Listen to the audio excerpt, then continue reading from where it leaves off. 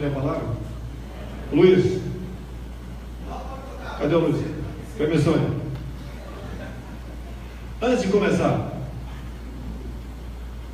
toda semana tem uma, duas ou três notinhas do Anselmo Góes criticando o período militar, 64 e 85. E nos últimos 2 meses, ele também entrou nessa questão nossa aqui. O Jornal da BI, de 14 de agosto de 2009, ele deu uma entrevista e depois gravou um vídeo com Lázaro Ramos, onde ele diz: estudei marxismo e leninismo na União Soviética. A KGB me transformou numa outra pessoa. Isso ninguém inventou. Ele disse para o Jornal da BI. No Brasil, usava um nome falso. A KGB me protegia dos militares no Brasil. O PCB me dava salário. E depois ele conta uma façanha também, que a KGB o introduziu no Brasil como se estivesse vindo da França e não da União Soviética. E até hoje, esse cidadão aqui se orgulha do seu passado. Esse é Anselmo Góes, este não como regra, mas representa muitos jornalistas no Brasil. E obviamente, sobre esse episódio, nós vivíamos uma guerra fria no passado. Se o outro lado tivesse ganho a guerra, nós não estaríamos aqui hoje com toda a certeza. E o que nós sofremos, os israelenses também sofrem. Eu não digo os senhores, porque os senhores são brasileiros. Nós somos brasileiros aqui. Também sofrem na questão da briga Israel-Palestina.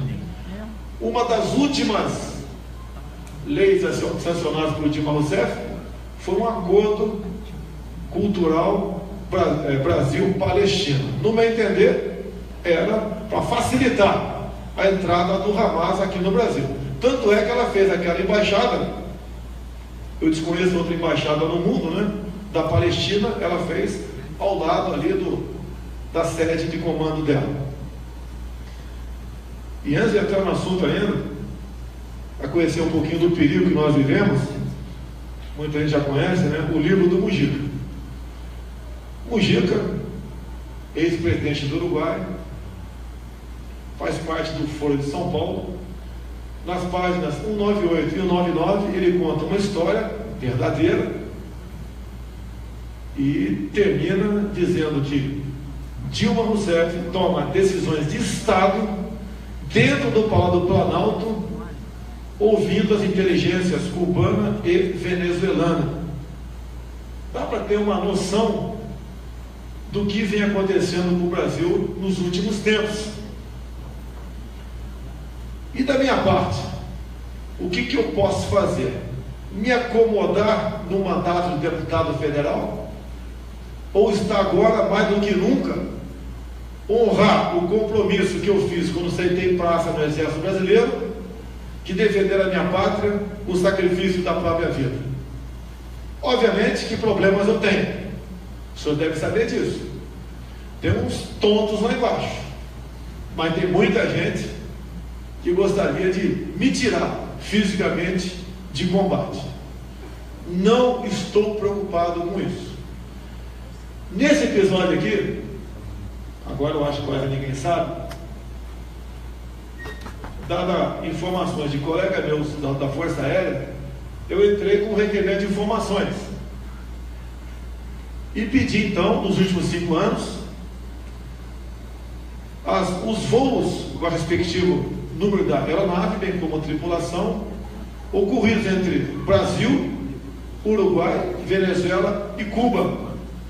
Porque muita gente estranha viajava em aviões da Força Aérea com ministros do PT, do PCdoB, inclusive com cargas incompatíveis para quem ia ficar 3, 4 dias em Cuba e voltar. E o avião ia cheio e voltava cheio. Fiz o requinfo e veio a resposta. Só que a resposta veio carimbada com confidencial. Se eu mostrar aos senhores, com toda certeza eu irei para o Conselho de Ética e vão caçar meu mandato. É isso que eles querem. Ou seja, o deputado tem informações que eu não quero crer que Aldo Rebelo, do PCdoB, há 2 carnavais, foi para Cuba para pular carnaval com aquelas pobres, coitadas damas de branco. Eu não posso acreditar nisso aí. Esse é o breve relato, politicamente, como está o Brasil. Como eu vou falar mais uma coisa aqui que é importante.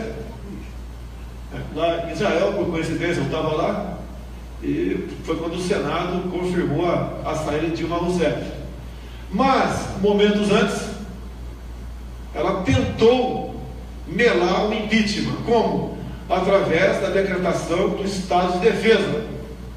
É uma situação extraordinária, que vale para um local apenas, mas que enquanto aquilo vigorar, dado o local que ele valeria, seria Brasília, o Congresso praticamente estaria parado, para não falar fechado. Mas, para isso, tinha que haver um fato. Uma panela de pressão, como aquela de Boston, explodida. Lá foi numa maratona, aqui no movimento da garotada de rua. Bem, o que o Aldo Rebelo, recado, levou para Dilma? Não provoque isso, porque as Forças Armadas não vão aderir. E ela recuou. Este pessoal que está no poder, chegou ao poder pela mentira, pela demagogia, vendendo lote no paraíso para pobres desinformados. É certo, mais do que nunca, que não iam e não vão entregar o poder, como alguém acha que entregou, sem reagir. Não é à toa que nós temos 12 mil cubanos aqui dentro. Foi pego um cubano numa base do Exército do Ibirapuera, lá em São Paulo. Foi descoberto. A informação chegou para mim. Nós sabemos da lealdade das Forças Armadas. Eu não tenho lealdade nenhuma para governo nenhum. A informação chegou para mim. Eu botei para fora a tribuna da Câmara. Falei que via relatório periódico de informações, o caso tinha seguido os canais de comando até o Ministério da Defesa. O único órgão de imprensa que me procurou foi a revista Veja. E ele queria um documento de RPI. Eu falei, não, você vai na defesa. Pergunte lá para o Jacques Wagner, que era o ministro do PT na época, sobre isso. Então ele foi e voltou. Você apresente o RPI. Eu falei, seguinte, volte na defesa e diga se é verdade ou não é o que eu estou falando, e ponto final. Se for verdade, qual solução tomaram? E não haviam tomado nenhuma solução até aquele momento. Agora, se eles falarem que for mentira, talvez eu puxe o documento do bolso. Ele simplesmente foi, voltou. Simplesmente falou o seguinte: a informação da defesa, o capitão cubano já havia pedido demissão do exército. Numa ditadura, um capitão do exército pedir demissão só se for maluco. E não existe a figura de demissão. Tanto é que um outro livro de um coronel, chefe da segurança de Fidel Castro, ele conta claramente ali que depois de assistir à execução do general Ochoa, que era o comandante do exército cubano, naquele episódio de tráfico, que Cuba participava de tráfico de cocaína para a América do Norte, porque Cuba lucrava duas vezes. Primeiro, que ele massacrava a juventude americana com droga, e outro ganhava dinheiro. Esse capitão resolveu pedir, esse coronel resolveu pedir demissão. Demissão não, pedir passagem para a reserva. Ganhou 3 anos de cadeia, depois conseguiu fugir e foi para Miami. E o que ele conta no livro, vale a pena ler esse livro dele, tá? Mas ele tem uma passagem muito importante, que muitas vezes a gente vê certas pessoas defendendo Che Guevara, defendendo o grande líder Fidel Castro, entre outros. Ele conta no livro que todo mundo que foi a Cuba teve a sua vida filmada. Então, se ele foi no hotel com a sua esposa, toda a sua intimidade foi filmada. Se ele foi no hotel e levou seu companheiro por ser homossexual, foi filmado também. Se ele foi no hotel e teve relações com uma menor de idade, que para nós é pedofilia, também foi filmado. Então esse elemento está na mão do comandante cubano. E mais ainda, no livro ele diz que existe muita gente lá em Cuba que para nós aqui está como desaparecido político. Bem, isso é uma rápida pincelada de onde nós aqui brasileiros estamos. O perigo que nós estaremos correndo em o PT continuar no governo. Bem, não tem ninguém na cadeira presidencial, mas o nosso Brasil ainda está muito aparelhado com esse tipo de gente. Vamos agora falar um pouquinho do nosso Brasil. Eu peço que me avise quando é 40 minutos para eu encerrando aqui. Por que eu estou aqui? Primeiro, eu fui convidado. Muito obrigado. Tá? Mas qual é o meu papel aqui? Um pré-candidato a presidente? Com toda certeza. Eu sou bom? Posso representar dias melhores para o nosso país? Eu costumo dizer o seguinte: eu não sou bom não, mas os outros são muito ruins. A ponto tal que eles me esculacham tanto e eu estou crescendo em pesquisas. Bota outro slide qualquer. O G já foi. Bota aí. Bem, na nossa viagem a Israel, eu tenho 5 filhos, né? Eu fui com 3 filhos para lá. Foi uma viagem maravilhosa para a gente ver como os nossos irmãos vivem lá.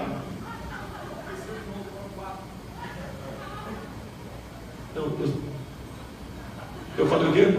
Eu fui com meus 3 filhos. Foram 4, outro foi também, foram 4. Eu tenho um quinto também. O quinto eu dei uma fraquejada, né? Foram 4 homens, a quinta deu uma fraquejada, veio uma mulher.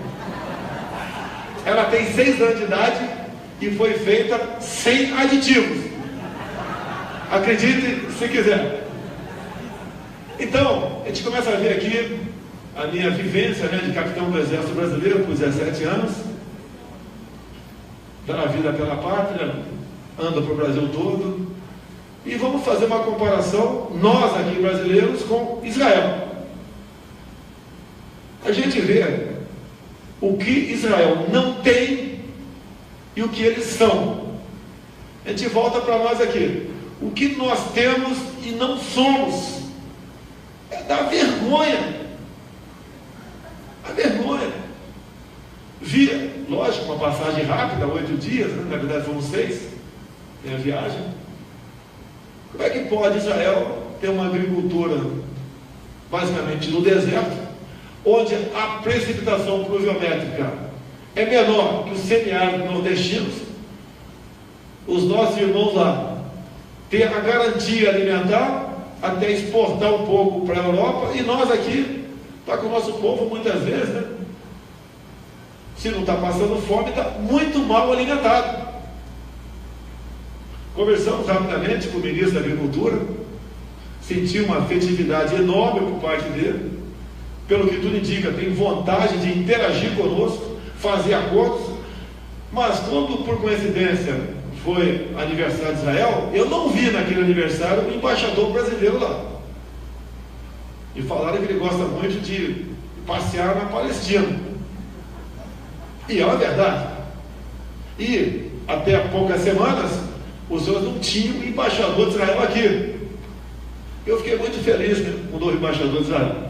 Porque eu fui num evento informal com mais meia dúzia de parlamentares. E, obviamente, né, no final me apresentei como capitão do Exército. E ele se apresentou como coronel do Exército também.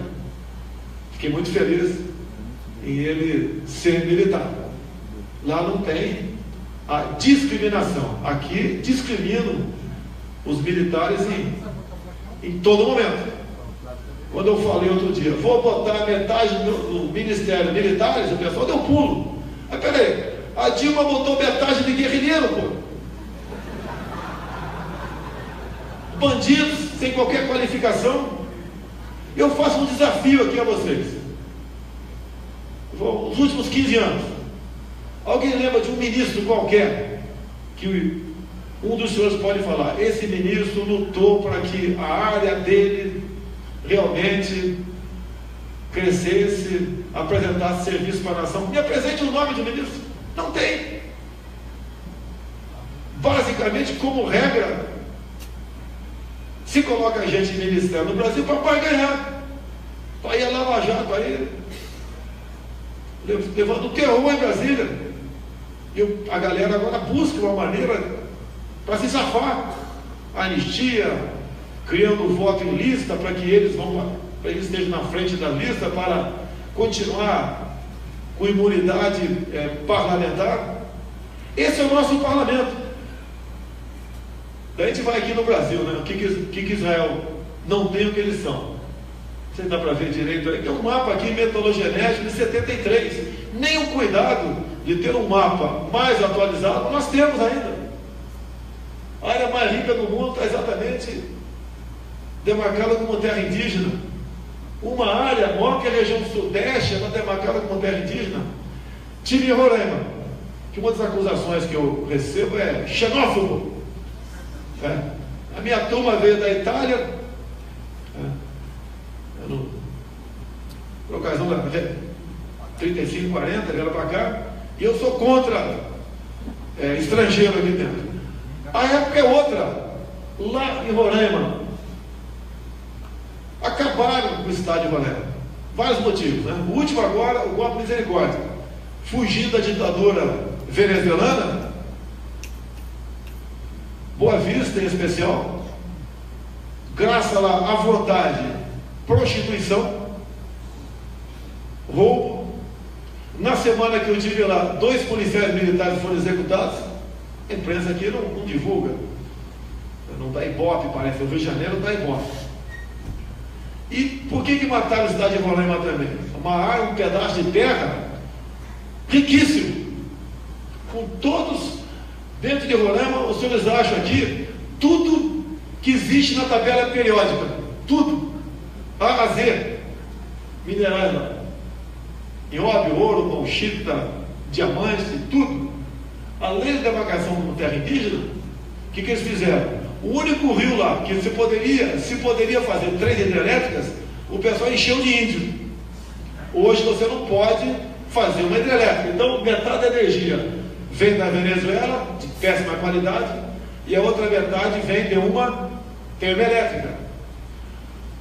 E eu fui lá para responder perguntas, né? Peço que a imprensa não fale que eu estou falando como candidato a presidente. Eu não estou. Então lá a gente é questionado. E se você for eleito presidente, eu não quero uma multa aí do TSE, por favor. Eu falei, só tem uma maneira de a gente resolver esse problema. Tanto é, né, que eu torci e muito pelo Trump nos Estados Unidos.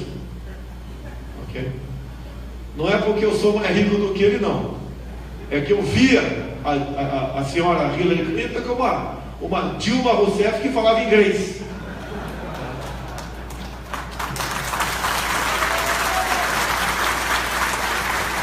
Então, se hoje em dia nós falarmos que vamos explorar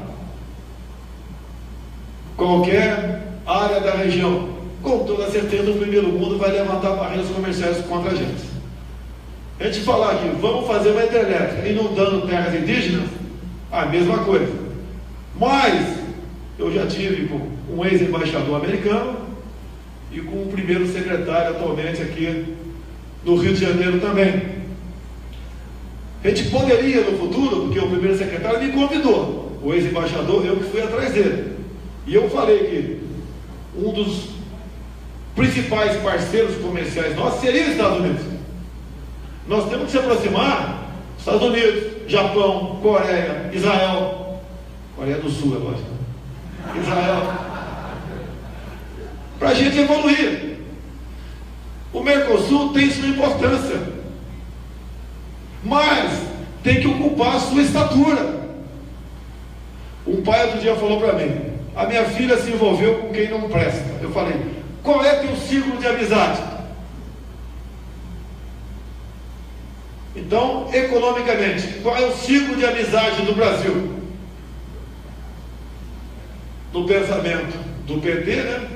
É formar isso aqui tudo com uma grande América do Sul bolivariana. Qual é o nosso futuro? A não ser a Venezuela, quem sabe depois, Cuba. Então aí, para comprovar que eu estou falando certo, o pessoal aí embaixo, né, que eu chamo de cérebro de ovo cozido. Não adianta botar embaixo da galinha que não vai sair pinto nenhum. Ali não sai nada daquele pessoal.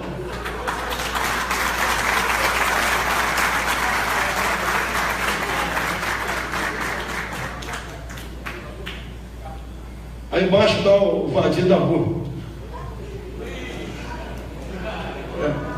Carlos Ming também. Ah, que ponto, né? Eu sou importante. Eu confesso que eu sou importante. Se eu fosse um mané qualquer, esses dois cidadãos não estariam lá embaixo. Então vamos lá. Nós temos que se aproximar de um país democrático e nuclear para poder explorar o que é nosso. Que se nós fizermos a loucura, me desculpe, isso não é falta de patriotismo. Se nós, repito, isso não é falta de patriotismo. Se nós fizermos o que a Argentina fez no passado das Malvinas, né? Ou das Falklands, dizendo que as Malvinas é nossa, perderam tudo. E logicamente a Inglaterra não vai abrir mão de um ponto estratégico onde ela domina todo o tráfico do cone sul-atlântico. Só, por exemplo, o mercado de grafeno, que alguns falam, o cara só fala em grafeno, só fala em nióbio, a minoria fala o tempo todo, né? O nióbio vale mais do que ouro, e é entregue, exportado aqui como se fosse liga de ferro. A previsão só do grafeno nos próximos 10 anos é $1 trilhão. Inclusive está previsto, aí sim, através do grafeno, uma grande revolução na indústria automobilística para carros movidos a energia elétrica. Eles estão, está no papel ainda, né? Pesquisadores achando que podem fazer uma bateria convencional igual a nossa, com grafeno, mas com uma característica diferente. Ela pode ser recarregada em poucos segundos.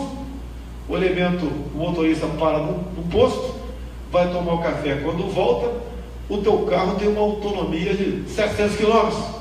Energia limpa, energia elétrica. Como é que fica o pessoal do Oriente Médio? Israel não vai ter problema porque não tem petróleo lá. Eu acho que não tem isso mesmo. Tem não, né? Então como é que fica os países do Oriente Médio? E daí vamos voltar aqui para a questão da xenofobia, né? Nós não podemos abrir as portas do Brasil para todo mundo. Então aí o Trump, quem sou eu para falar dos Estados Unidos, né? Mas eu vejo que o que ele prometeu na campanha ele está fazendo. Ele está preservando o seu país. Voltando para o grafeno, eu fui na cidade de Miracatu, Vale do Ribeira, a área mais pobre do estado de São Paulo. Estão demarcando naquela cidade montanhas de grafite como reserva indígena. E o que eu pude sentir lá, que tem dedo de chinês. Que se você vai no Ministério de Minas e Energia, tu não consegue uma informação. Não te passam nada. Ou não sabem, ou não passam. E por que demarcando? Porque ao demarcar, você não pode explorar grafite naquela região. Em consequência, o preço do grafite continua alto de acordo com o interesse chinês.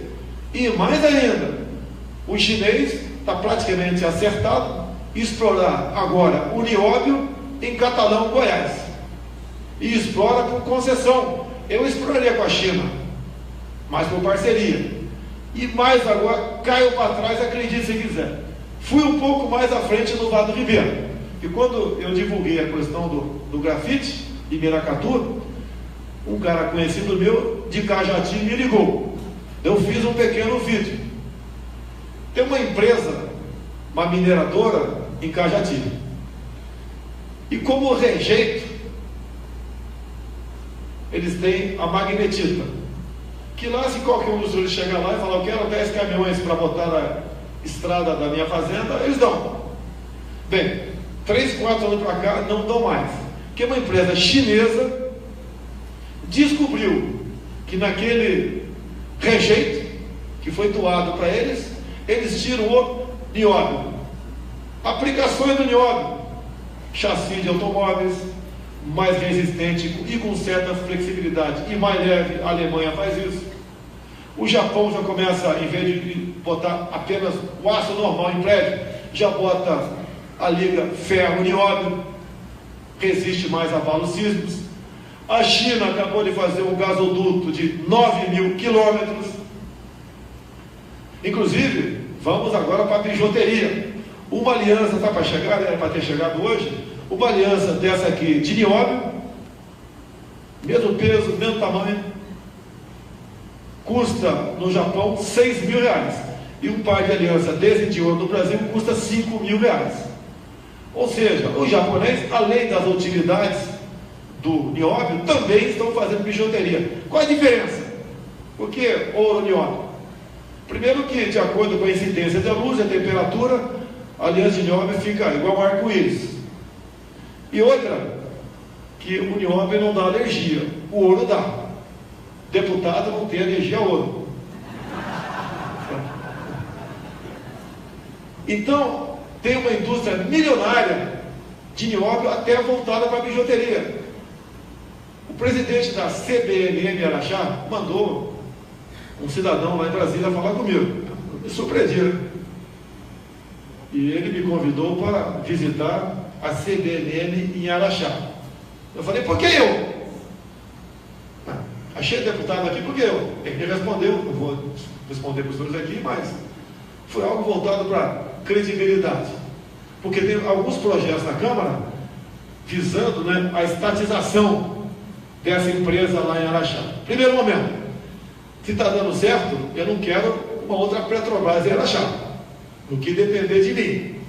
Agora, no que depender de mim, vamos explorar como empresários, mas o que eu quero é a parceria e não concessão.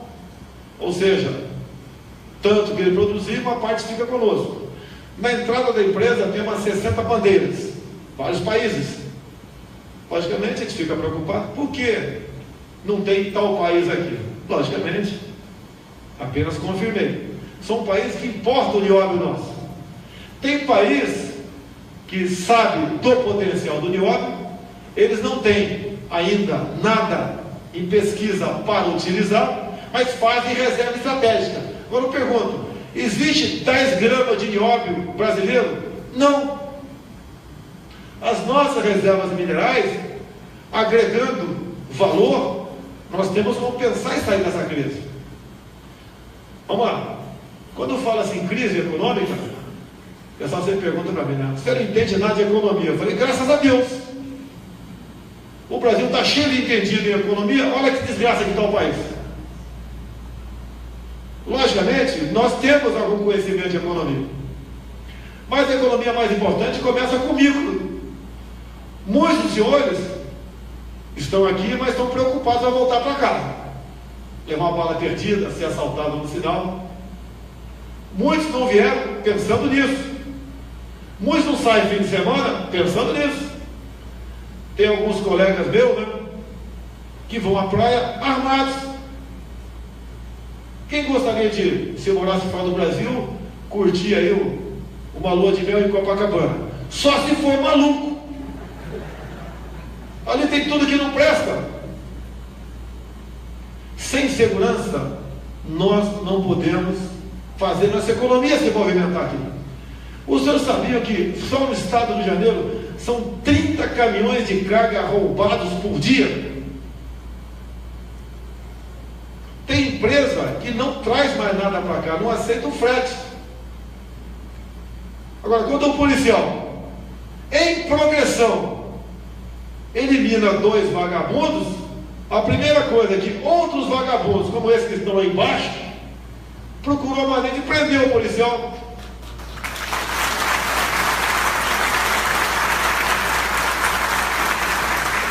Hoje, na Rádio Tupi, eu apelei, né, para os ouvintes, obviamente. Se você for sorteado no tribunal de júri, absolva esses policiais. Porque quem está com pena é muito menor de idade do crime aí. É só adotar. Duvido que façam isso. E aquela menina que morreu, pelo que tudo indica, não foi de fuzil. Se um tiro de fuzil, simplesmente teria separado ali as pernas dela do resto do corpo. Mas não vamos entrar nesse detalhe. Como é que a gente consegue essa segurança? Com excludente de licitude no primeiro momento. O policial em operação responde, mas não tem punição. Esse excludente de licitude tem que vir para nós. Se você matar alguém dentro da tua casa, valer. Você pode falar, mas está valendo. Não está valendo no momento. Olha o cunhado da Ana Hickman. Se estava dentro de um quarto de hotel, entra lá um elemento, né, que para a grande mídia é um fã. Tá? Acerta 2 tiros de uma senhora, o outro cara rola com ele, rola no chão com ele, consegue pegar e dá 2 tiros na nuca. Entrou com excesso. Podia dar um tiro só. Naquele momento, você vai saber se pegou um tiro ou não. E tá parte do MP, a quase totalidade de pessoal defensor de direitos humanos, pressionaram, e o cunhado da Hickman é réu ou não? Já é réu ou não? Já é réu? Já é réu. Olha o estado de espírito desse homem, o seu emocional como fica. Isso acontece com todo mundo. Então nós temos que garantir, acabar com a figura do excesso no Código Penal e tocar um excludente de ilicitude no Código Penal. E nós temos como pressionar o Congresso a votar isso daí. Não vou pedir para nenhuma polícia militar entrar em greve, mas ela tem como pressionar. Hoje em dia, o policial militar do Rio de Janeiro tem muito mais medo do capa preta do que do vagabundo com a ponte 50 em cima do morro. Isso tem que mudar. É guerra. Se acontecesse nos Estados Unidos, com toda certeza, os policiais seriam homenageados. Aqui não. Agora, para que serve isso também? O policial, cada vez mais, ele recua. E a vagabundagem cresce. Estatuto de desarmamento serviu para desarmar pessoas de bem. Que quem tem uma arma legal em casa não está disposta ou não tem a predisposição de cometer o mal. Muda-se isso, ou além de nós chorarmos, parentes e amigos, vítimas da violência, a nossa economia também não tem como ir para frente. Dá para imaginar, a partir do momento que 10% do PIB no mundo representa o turismo, nós no Brasil sermos a 44ª economia em se falando em turismo, com essa costa maravilhosa, os pantanais mato-grossenses, com a região amazônica. Olha aqui nossa Baía de Angra, onde me meteram um processo um tempo atrás por crime ambiental. O petista, né, que me autuou, é tão idiota que ele me autuou quase na mesma hora que eu tinha metido o dedo no painel de votação em Brasília. O processo foi arquivado no Supremo, mas eu respondi por crime ambiental. Demarcaram como estação ecológica de Tamoios praticamente metade da Baía de Angra. 29 acidentes geográficos, entre eles ilhas com praias maravilhosas. No raio de 1 quilômetro não pode existir qualquer atividade humana lá, por decreto. Já adianta, se eu chegar lá, já que é decreto, é meu, eu revogo por decreto, obviamente, a estação ecológica de Tamoios, e vão fazer uma licitação para realmente fazermos turismo naquela região. Aquilo na mão de espanhóis, por exemplo, o Rio de Janeiro estaria faturando bilhões de dólares por ano. E hoje em dia, o povo lá, quem vivia aquele turismo de pobre, né? Um barquinho que levava o cara para uma ilha ou levava para pescar, está vivendo basicamente de um fraudulento seguro defeso ou de Bolsa Família. Nós temos potencial para mover a nossa economia. E para me queimar, né? Acho que foi o Jornal do Dia. falou que eu vou escolher Delfim Neto para ser meu ministro da Fazenda. Só se for numa lei, que Delfim Neto já está morto, só falta enterrar. E como descobriram que eu estou indo para o Piauí, e além de Teresina, eu vou para Parnaíba, onde o prefeito é o ex-senador Mão Santa, eu gosto dele. Quem já ouviu o discurso dele, né, fala muito bem, é coerente, etc. Que eu estaria escolhendo o Mão Santa como vice. Eu nem tenho namorada ainda, já querem marcar a data do casamento. Então esse jogo da imprensa o tempo todo vai desgastar. O PSDB, por exemplo, não posso afirmar nada, né? Mas segundo os delatores, está toda a cúpula, está na Lava Jato. Se é verdade ou não sei. E não vou criticar o PSDB, porque o meu PSC, quando abrir de vez a tampa da latrina, eu acho que vai sobrar dois, não sei quem sobra lá. Eu, Careca, Alice, vai sobrar mais alguém? Eu não sei. O PT, ninguém precisa falar nada. Nós, hoje em dia, estamos com uma crise de homens no Brasil. A crise é tão grande que eu apareci como soldado, né? Apareci entre os generais. E nós vamos levar essa bandeira para frente. Eu peço a Deus que apareça alguém melhor do que eu. E sei que tem muita gente melhor do que eu. Agora, essa cruz e essa estrela é bastante pesada. Mas nós, juntos, temos como carregar que um país que tem tudo isso aqui, um país que tem tudo isso aqui, com boas parcerias, com bons acordos, com bons países, nós temos como vencer essa crise. Aqui apenas são reservas indígenas no Brasil, né? Onde tem uma reserva indígena, tem uma riqueza embaixo dela. Temos que mudar isso daí. Mas nós não temos hoje em dia mais autonomia para mudar isso daí. Entregou-se tanto a nossa nação que chegamos a esse ponto. Mas dá para mudar o nosso país. Isso aqui é só reserva indígena. Está faltando quilombolas, é outra brincadeira. Eu fui num quilombola em Eldorado Paulista. Olha, o afrodescendente mais leve lá pesava 7 arrobas. Não fazem nada. Eu acho que nem para procriadores serve mais. Mais de R$1 bilhão por ano gastado com eles. Recebem cesta básica e mais material e implementos agrícolas. Aí você vai em Eldorado Paulista, você compra arame de farpado, você compra enxada, pá, picareta, por metade do preço, vendido em outra cidade vizinha. Por quê? Eles revendem tudo baratinho lá, não querem nada com nada. Esse quilombola era a montanha do Rio Ribeira de Guampa. Depois foi a jusante. Pior ainda, afrodescendente ameaçando matar afrodescendente, porque algumas famílias requereram e foi concedido. E outras famílias de afrodescendentes que têm terra lá estão fora do processo. Olha que ponto nós chegamos.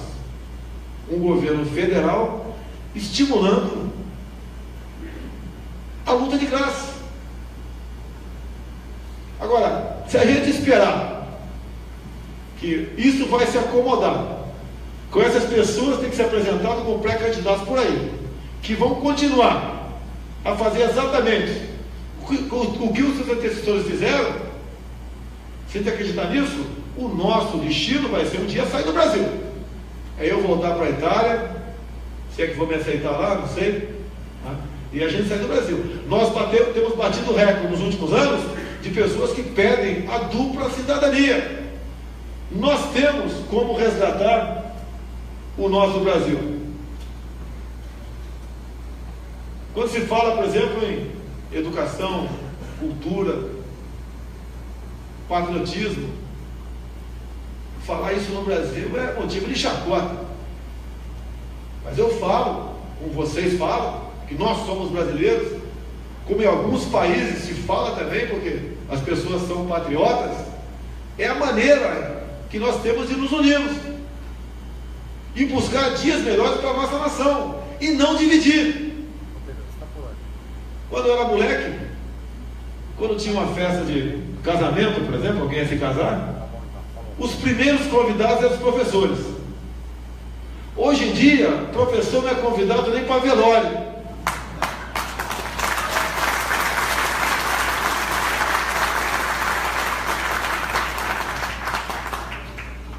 No meu tempo, que eu estou com 62, tinha quadro de honra na sala de aula. Os melhores do bimestre estavam lá. Isso não pode mais, isso é bullying. Eu tenho uma irmã que é professora em São Paulo ainda. E ela falou que até pouco tempo, né? Até 3 anos atrás, quando voltei a conversar com ela sobre esse assunto, ela falou que em São Paulo, o 14º salário está pelo percentual de aprovação. Assim sendo, os professores, jogando a toalha, competem entre si quem corrige mais provas por minuto. Porque eles estão proibidos de usar caneta vermelha, que causa bullying, é caneta azul. Os senhores pegam pesquisas da PEOSP em São Paulo, que é da Associação de Professores, entre os vários itens, olha que é o pessoal de esquerda, hein? É do PSOL, PT, PCdoB, pesquisa deles. Dizem lá nas pesquisas que 70% dos professores já foram física ou moralmente agredidos por alunos ou pais de alunos. 70% também já experimentou ou teve contato com drogas. A gente vai para o exame a prova do PISA, de 2 em 2 anos. O PISA, né, vinculado ao CDE, faz essas pesquisas em 70 países. Nós estamos todos dos 60 para baixo. A prova de interpretação de texto, o elemento manda o aluno ler um texto, quando ele para no segundo parágrafo, manda dizer o que entendeu do primeiro, não sabe. A questão de matemática, a penúltima prova que eu tive conhecimento, uma regra de 3 simples. Era mais ou menos o seguinte: é difícil. $1 vale R$4. $3 vale quantos reais? 67% errou. E olha que a pessoa bota os melhores para responder. Sala de aula é para discutir, hoje em dia, o quê? Sexo, respeitar as diferenças. Uma das últimas leis aprovadas pelo Dilma Rousseff foi instituída no currículo escolar aula de dança. Quem quer dançar, vai dançar fora da escola ou na universidade, quando for fazer isso daí. Em sala de aula não, a gente sabe qual é a intenção. Não se canta mais o nacional, não se hasteia mais a bandeira em escola, e talvez o dança seria para dançar na boquinha da garrafa, não pode ser outra coisa. É uma vergonha. Não é educação também, né? Mas é uma vergonha a instrução em nosso Brasil. E eu costumo dizer, o que tira o pobre da miséria é o conhecimento. Temos que mudar esse currículo escolar. Tem muita, mas muita coisa para ser mudada em nosso país. E para isso, teria muito a falar, mas fica aberta a pergunta. Tive agora na Mackenzie, Universidade Mackenzie em São Paulo. Foi no MacGriff, ou seja, o único órgão que eu tenho conhecimento na América do Sul que estuda aí o grafeno. Agora, de surpresa, né? Fui visitar o alojamento, não de estudante, dos pesquisadores. A maioria vive 30 nomes de estrangeiros. Estrangeiros pesquisando o grafeno lá na Mackenzie. E o que ele pediu para mim, que eu falei, não tenho como te atender. O que a gente quer é uma bolsa de estudo para engenheiros brasileiros virem aqui pesquisar, para que essa tecnologia seja desenvolvida 100% por nós, e não tenhamos que abrir tanto assim para estrangeiros, mas o governo federal não está preocupado com isso. Um país que não tem tecnologia está condenado a ser escravizado por quem tem. Eu tive na Embraer de Israel. E aí? E daí o cabra lá me atendeu, né? A minha maneira de ser, já percebi logo, ele falando português, muito bem, dado momento perguntei, né? Tem muita gente do IME e do ITA aqui dentro? Daí ele deu risada, lógico, ele falou, alguns. Os nossos cérebros, não é lá, estão fora do Brasil. Vou contar uma coisa para vocês aqui, que não é novidade, né, mas é real. Quando acabou o período militar, tínhamos um brigadeiro aqui de nome Piva. E ele entendia muito de energia nuclear. E começou a ser perseguido. Aquele papinho, ditador, não sei o que, milico, não sei o que lá. Onde é que ele foi trabalhar? No Iraque com Saddam Hussein. Não entremos em detalhe. Nós queremos trazer essas pessoas para nós. É muito comum eu ouvir por aí gente que quer sair do Brasil. Alguns depositam em mim como a última esperança. Até eu falo para a mídia, né? Vocês que querem dar pancada em mim, tudo bem, mas dá com razão. Não fica com essa frescura de racista, homofóbico, fascista, xenófobo, nazista. Me ajuda aí. Pô, golpista, misógino. Porque se o Brasil descambar, os primeiros vão perder o emprego. Os primeiros que vão perder o emprego, os primeiros que vão perder o emprego é esse pessoal da mídia.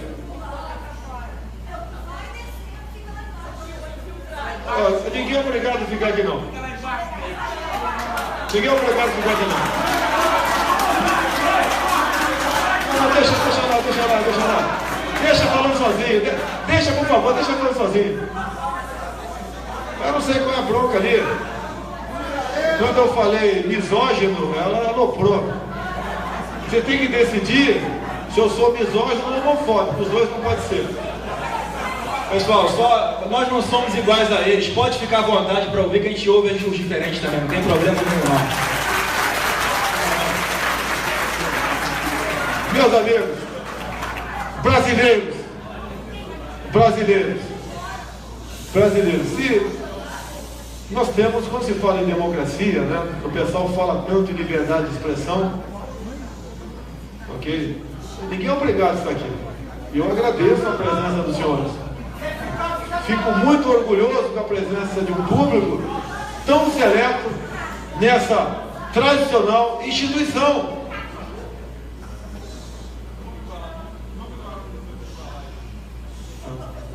Inclusive, se quiser, nós estamos gravando, a gente oferece a fita do que foi gravado aqui para quem quiser.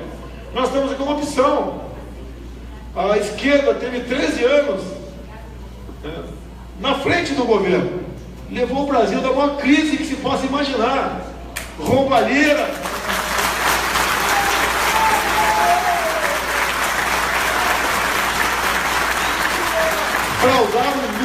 Fraudaram números. Nós não temos 12 milhões de empregados, nós temos 40 milhões. Porque eles consideram quem ganha Bolsa Família como empregado. Só aí, nós temos praticamente um quarto da população brasileira vivendo às custas de quem trabalha. Alguém já viu um japonês pedindo esmola por aí? Porque é uma raça que tem vergonha na cara. Pegou essa raça que está embaixo, como uma minoria está ruminando aqui do lado.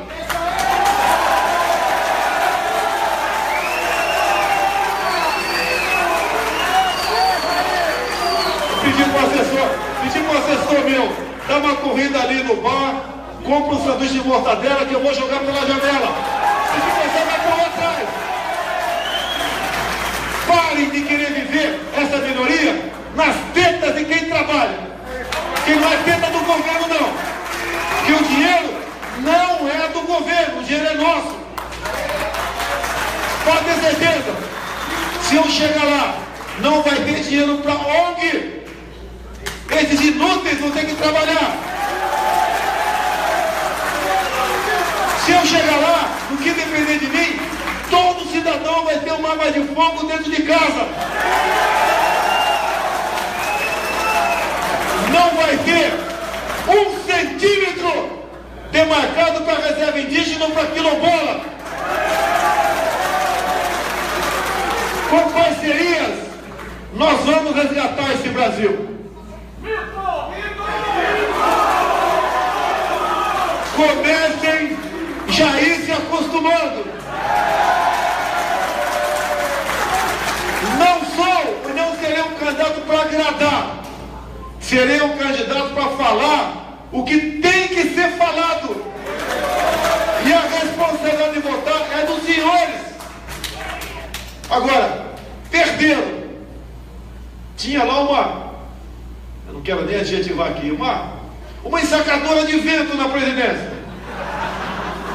Não precisa falar mais nada. Tínhamos outro energúmeno que não sabia contar até 10 porque não tinha o dedo. Uma vergonha para o nosso Brasil.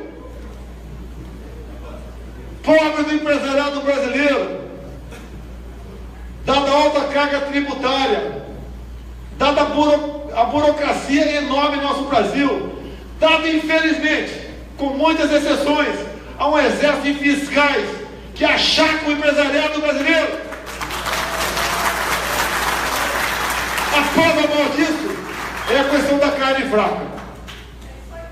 O próprio Braulio Maggi, ministro da Agricultura, falou: das 27 unidades da federação, com superintendentes, 17 eram indicações políticas. No caso, Goiás e Paraná. A ineficiência e a corrupção vem da indicação política. Se é para fazer a mesma coisa, estou fora. Se um idiota num debate comigo, caso esteja lá, falar sobre misoginia, homofobia, racismo, baitolismo, eu não vou responder sobre isso. Eu quero falar de como nós podemos tirar o Brasil da miséria. Até porque eu não tenho nada a ver com o homossexual. Vá ser feliz. Se o bigodudo quer dormir com o careca, vá ser feliz. Agora, diga uma coisa: sem economia, esse casal homossexual não vai honrar de prazer nunca, porque ele vai estar com fome. Ele pode honrar o estômago dele, mas não vai dar gemido de prazer. Então deixe de ser essa minoria aqui e lá embaixo. Deixe de ser hipócrita. Os gays, lá no país que vocês defendem esse tipo de ideologia, foram executados. E mais ainda, os líderes do candomblé lá em Cuba também foram no paredão. Essa é uma realidade. E ainda a galera bota a camisinha do Che Guevara e anda por aí. Mas nós somos a maioria. Nós acreditamos em Deus. A cultura judaico-cristã está em nosso meio. Nós aqui somos brasileiros. Nós temos como reverter isso. E digo mais, a última chance vai ser em 2018.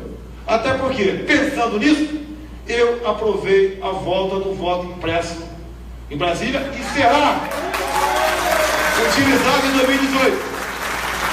Essa brincadeirinha de Smart Matic, que em dezembro de 2014, Dilma Rousseff esteve lá em Quito, no Equador, e decidiram a criação, sabe do que? Entre outras coisas, uma unidade técnica eleitoral sul-americana. Essa canalhada descobriu que o voto impresso é o caminho para o sucesso. Ou melhor, o voto eletrônico é o caminho para o sucesso. Perderam. O capitão aqui deu um ipom neles. E dizer para vocês, né? Falando de encerrar já? Olha aqui, ó. Mini manual de guerrilha do Carlos Marighella, que foi saudado antes de mim naquele voto do impeachment. Foi saudado, Marighella. Está aqui, ó. Isso aqui foi para o mundo todo. Inclusive, foi para o PAC. Que o pessoal fala PAC, né? Que PAC é esse, né? Não, o PAC eram proletários armados pelo comunismo vinculados às Brigadas Vermelhas na Itália. Um dos integrantes do PAC, Cesare Battisti. Se tem alguém ligado aqui com o italiano, pode falar. Se eu chegar lá, Batistinha, prepara a tua trouxa. Já temos vagabundos e assassinos demais no Brasil. Tu vai voltar para a Itália. E não vem com esse papinho que casou com uma brasileira, porque isso daí, para mim, não vai valer não. Que vergonha o Ronald Biggs aqui no Brasil. Uma vergonha de legislação brasileira. Acredite se quiser. Aprovou no Senado. Em dezembro votou na Câmara, aprovou, mas como teve algumas emendinhas, voltou para o Senado novamente. Está para ser transformar em lei o novo Código de Imigração. Tomem conhecimento. Qualquer estrangeiro, ou até um monte de estrangeiro, se alguém quiser pegar um navio e encher de haitiano, de angolano, de chinês, japonês, sei lá o que for, japonês não vem para cá não, tá? E jogar no porto aqui, 10 mil aqui, e só ele falar, eu sou refugiado, passa a ter direito, abre conta em Banco do Brasil e Caixa Econômica com menos exigência do que qualquer um de nós brasileiros, passa a ter direito, Sistema único de saúde gratuito, passa a ter direito, ensino, inclusive superior, gratuito. Aproveito que eu sou contra a cota, tá ok? É competência. Deixa bem claro isso aí.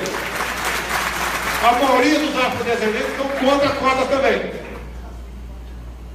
E mais ainda, entra na tal da LOA, ou seja, passo a ter aposentadoria compulsória. Esse é o nosso Brasil.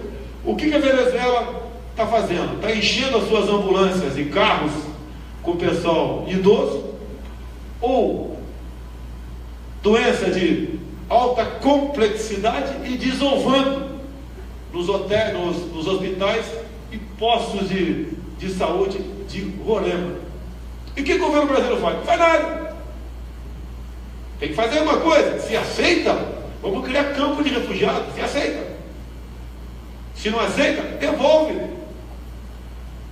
O Brasil não pode se transformar na casa da mãe Joana. Não pode a decisão de um governo acolher todo mundo de forma indiscriminada. Não tem problema vir para cá quem quer que seja, mas tem que ter um motivo e um levantamento da vida pregressa dessas pessoas. Senão vira a casa da mãe Joana. E ouso dizer uma coisa, infelizmente, hoje eles estão muito mais preparados do que o pré-MECA. E nós pedimos a Deus que nos ilumine para que o Brasil possa novamente se salvar. Não sabemos ainda o nosso futuro, dada a quantidade de estrangeiros que estão aqui dentro. Lógico, eu não generalizo, mas dentre esses, uma minoria que pode fazer um estrago muito maior do que nós enfrentamos, em especial de 66 a 73, na luta armada e na guerra de guerrilha dentro do nosso Brasil. Concluindo, se estou aqui, é porque meu coração é igual ao de vocês, é verde e amarelo.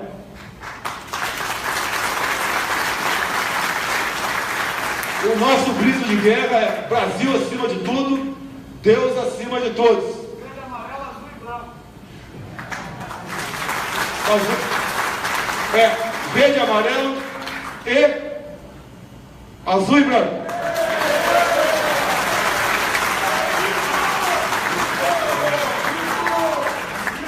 Nós temos como ser uma grande nação. Deus foi muito generoso conosco. Tem a história do povo israelense, mas foi muito generoso conosco. Nós temos como vencer esses obstáculos. Nós somos diferentes. Nós somos a maioria. E nós chegaremos lá com a graça de Deus. Muito obrigado a todos.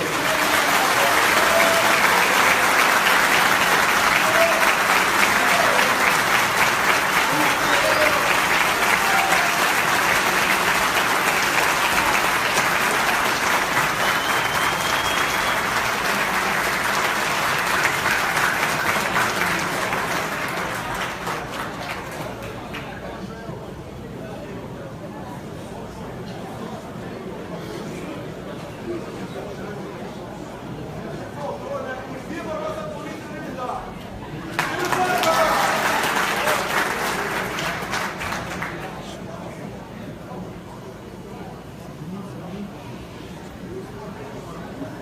Eu estou até o comando ali.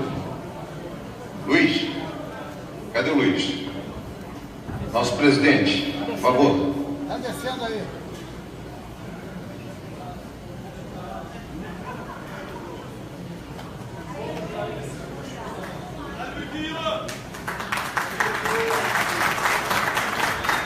Pessoal, muito obrigado. Realmente a gente fica uma lavagem, né, pra gente que queria tanto escutar nosso Bolsonaro. E mais uma vez, só tenho a agradecer a família Bolsonaro, dizer que a Hebraica está de portas abertas. Em breve nós teremos outros palestrantes também, não só o Bolsonaro, que a gente volta a agradecer. O clube é partidário, como sempre foi, e vai escutar, que é o mais importante. A gente ter o conhecimento de quem é um político, de quem é um pré-candidato Jair Bolsonaro. Muito obrigado. Shalom.